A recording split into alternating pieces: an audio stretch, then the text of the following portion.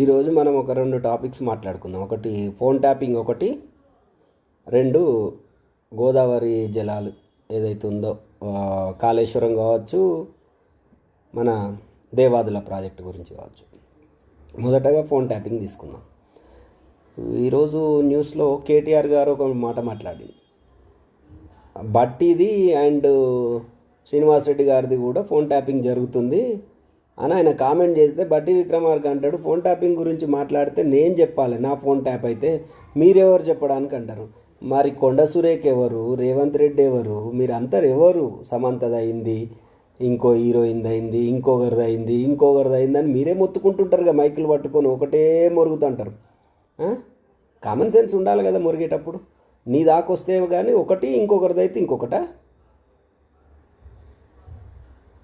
Phone tapping జరుగుతుందని ఆయన అంటున్నాడు. నిజ నిర్ధారణ కమిటీ వేయండి, దమ్ముంటే దాని మీద కూడా ఎంక్వైరీ వేయండి, ఇప్పుడు కూడా జరుగుతున్నాయా లేవా అనేది. చేయరట్లా, అది చేతగాని పని. రెండోది వచ్చేసి దేవాదుల ప్రాజెక్టు, కాళేశ్వరం కూలిపోయింది అంటున్నాడు.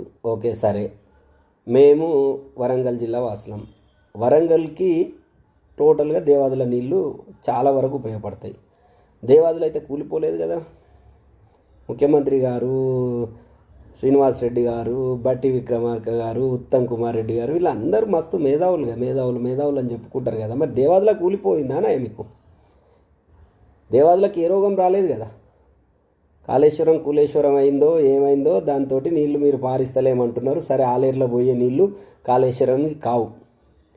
దేవాదుల ప్రాజెక్టు నుండి వచ్చే నీళ్లు ఎందుకు ఆపి వరంగల్ జిల్లాలో ఉన్న రైతులను ఎందుకు పీడించుకు తింటున్నారు? రైతులు పంట పండిస్తే బోనస్ ఇవ్వాల్సి వస్తుందనా? కరెంటు బిల్లులు కట్టాల్సి వస్తుందనా? దేనికోసం? దేవాదుల ప్రాజెక్టు మీరు స్టార్ట్ చేసిన ప్రాజెక్టే కదా. వైఎస్ రాజశేఖర రెడ్డి గారి హయాంలో స్టార్ట్ చేసిందే కదా అదైతే.